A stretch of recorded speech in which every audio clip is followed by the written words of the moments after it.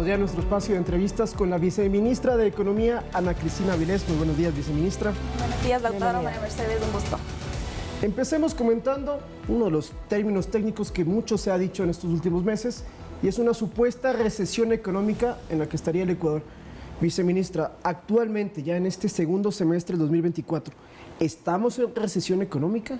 No estamos en recesión económica. Lo que nos ha dicho el Banco Central del Ecuador por varias mediciones del ciclo económico, que son, digamos, distintos modelos que nos van diciendo y monitoreando cómo está la economía, pero en una manera estructural, mediano y largo plazo, es que en el tercer trimestre del 2022 empezamos a iniciar un proceso de desaceleración económica. Es decir, desde ese momento la economía, digamos, medida por varios indicadores económicos, comenzó en un proceso de reducción de su actividad.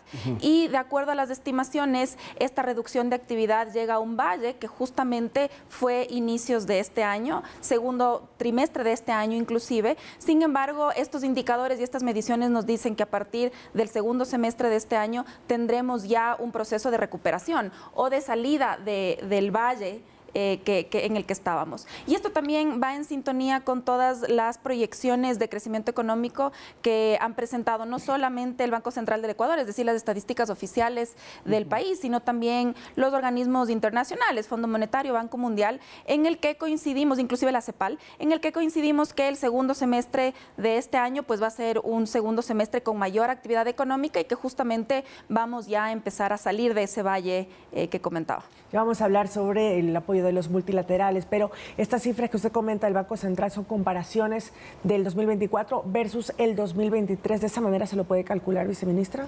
Sí, justamente el crecimiento anual, que es el que ha dicho el Banco Central del Ecuador, es el del 1% en consolidación de todo el año, es decir, a diciembre versus el del 2023. Sin embargo, lo que se espera es que este último semestre justamente sea el que nos permita recuperarnos de una manera importante, interesante, para poder un poco, digamos, balancear la economía que ha venido un poco en desaceleración desde enero pues, de este año. Pero es decir, el próximo año ya podríamos tener quizás un índice que diga el Ecuador está con una economía recuperándose. Bueno, y ese es nuestro objetivo. Las proyecciones oficiales y de los organismos multilaterales lo que nos dicen es que el próximo año va a ser mejor. Vamos a tener también ciertos retos, por supuesto, y estamos trabajando para que esos retos desde ahora puedan ser abordados y que nos ayuden a tener justamente una mejor economía el próximo año, pero ya, digamos, las proyecciones que fueron presentadas a inicios de año, inclusive a mediados de este año actualizadas,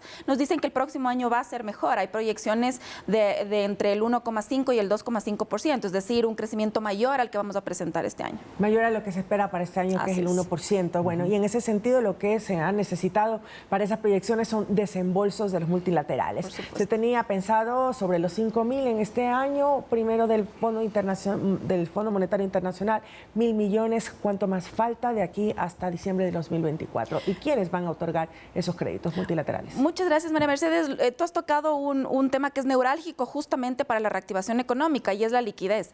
Recordemos aquí, me retrotraigo a diciembre del 2023, donde teníamos una economía básicamente seca, sin liquidez, y teníamos una economía estancada. Se había cortado la cadena de pagos básicamente por la falta de liquidez. Y nosotros, al tomar, digamos, todas las medidas económicas, presentar un plan económico creíble, lo que logramos a nivel internacional es activar fuentes de financiamiento y la atracción de capitales para que, digamos, a la economía podemos nuevamente ponerla a circular. Y de esa manera, entonces, se esperan justamente cerrar este año con más de 5.000 millones en desembolsos. Hasta el momento hemos recibido por sobre los 2.500. Ahí están justamente los 1.000 millones que ya recibimos del Fondo Monetario Internacional, y se esperan alrededor de 1.500, 1.700 millones adicionales para completar lo que estimábamos en el año. Las fuentes viene del Banco Mundial, que justamente aprobó un préstamo por sobre 700 millones de dólares, el BID, que aprobó un préstamo por 500 millones, la CAF adicionalmente, que también aprobó un préstamo por 250 millones. Entonces esperan todos esos desembolsos justamente para culminar el año y que podamos terminar con más de 5.000 millones en este año. ¿Y ese dinero pasa para el presupuesto del próximo año, es decir, 2025, el presupuesto general del Estado del 2025, ¿O ya se lo empieza a distribuir en este mismo año fiscal? En este mismo año, Lautaro, esa es liquidez que se inyecta a la economía de manera inmediata. Son recursos que llegan a las arcas fiscales, pero que se destinan para, por supuesto, los usos que nos enmarca la ley, pero esos usos básicamente son proyectos y programas de inversión, es decir, obra pública en educación, salud, defensa, por supuesto, energía, que es uno de nuestros sectores priorizados, pero además de eso nos libera recursos fiscales para poder generar un pago oportuno de las obligaciones del Estado a prestadores y proveedores del Estado, a prestadores externos, etcétera. Y eso justamente es lo que también provoca que la liquidez circule en la economía también y vaya pues al sector financiero, al sector productivo también, y pues eso también nos ayude a reactivar la economía. Pero, ¿y estos préstamos tenemos quizás un plazo para pagarlos, no sé, están negociados en cuánto tiempo? Bueno, eso depende de las condiciones de cada uno de los préstamos. Efectivamente, son con condiciones las más competitivas del mercado. Recordemos que los préstamos con los multilaterales tienen, digamos, unas condiciones financieras favorables para los países. Eso es de los beneficios que tiene justamente ser parte de la comunidad financiera internacional. Ahora, recordemos sí que los objetivos que tenemos como país es de manera progresiva irnos insertando a los mercados internacionales de capital, no solamente estar en el espectro de los multilaterales, que por supuesto es importante. Sin embargo, nuestro objetivo principal es llegar a ese mercado de capitales que nos da recursos de manera sostenible y, por supuesto, condiciones mucho más favorables. Esto es bonos internacionales que el Ecuador puede emitir su propia deuda en mercados, y actualmente, hoy por hoy, con todo este antecedente, no teníamos acceso a este mercado de capitales. Nuestra única fuente, que además tuvimos que activarla justamente con todas las medidas correctas, fueron los multilaterales, y de esta manera entonces nosotros generar las condiciones fiscales para poder nuevamente insertarnos al mercado financiero. Viceministra, esto me lleva a preguntarle el nivel del endeudamiento de nuestro país. ¿Está dentro de los parámetros correctos? ¿Son manejables? ¿Cómo se encuentra? ¿Cuál es el porcentaje?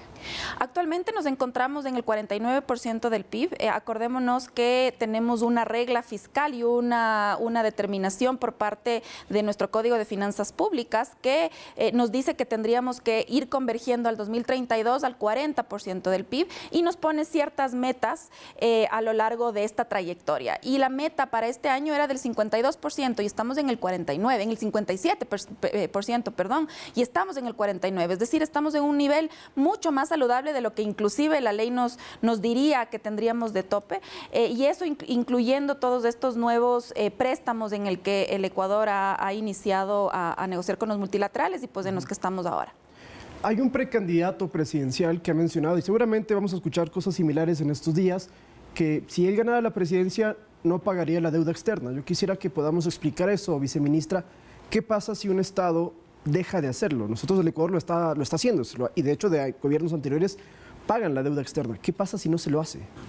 Bueno, el no pago de la deuda externa, pero además de eso también de la deuda interna. Recordemos que las obligaciones que tiene un Estado es también a nivel interno, pero a nivel externo tenemos deuda, por supuesto, con varios gobiernos, no solamente con los multilaterales y el Fondo Monetario. Parte de nuestra deuda sí es con ellos, pero además también tenemos deuda bilateral. Por ejemplo, tenemos bonos que el Estado ha venido generando a lo largo del tiempo y que forma parte de nuestra deuda externa.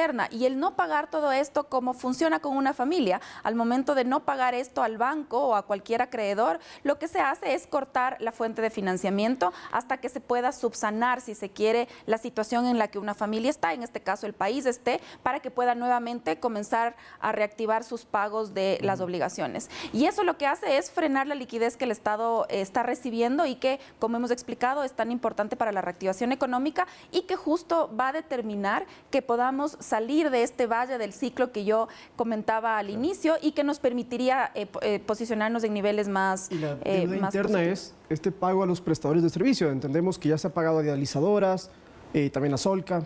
Bueno, la deuda interna es con instituciones públicas, pero además también de eso parte de las obligaciones que el Estado tiene que ir cumpliendo de manera oportuna son con los proveedores del Estado, los proveedores de salud, los proveedores inclusive de bienes y servicios regulares para el funcionamiento del Estado. Entonces, parte de pagar las obligaciones también pasa por ser cumplidos y oportunos con todas las obligaciones a la interna que tiene el gobierno. Se ha cumplido también con la cadena de pago a los GATS, por ejemplo, y en cuánto se ha pagado hasta el momento y cuánto falta, viceministra.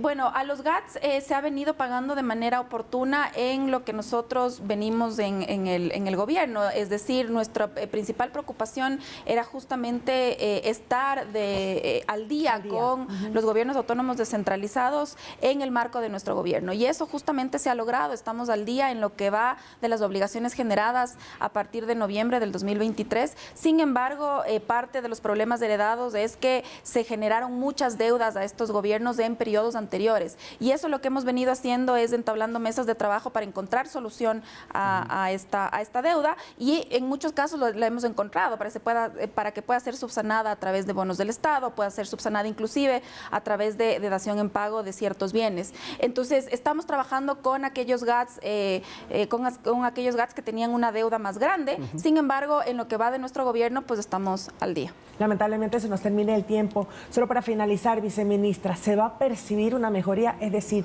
los ecuatorianos nos vamos a sentir que hay una reactivación, que hay un apoyo económico para lo que queda de este año 2024. Para eso estamos trabajando, María Mercedes, y esperamos que efectivamente podamos salir de este valle del ciclo económico y que no solamente en los indicadores económicos se vea una mejoría, sino que también podamos inyectar esta liquidez a la economía para que la ciudadanía y los ecuatorianos podamos sentir que efectivamente estamos mejor, y pues eso es generando las condiciones para que nuevos recursos económicos puedan circular en la economía. Se subió el IVA al 15%. ¿Qué resultados tenemos ya sobre eso?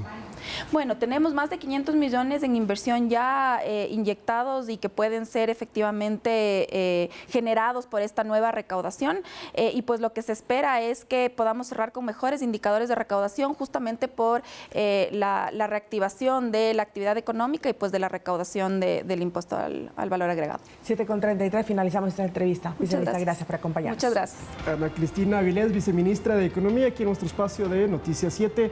Sofía Ventimilla, vamos con más información en el estudio principal. Así es.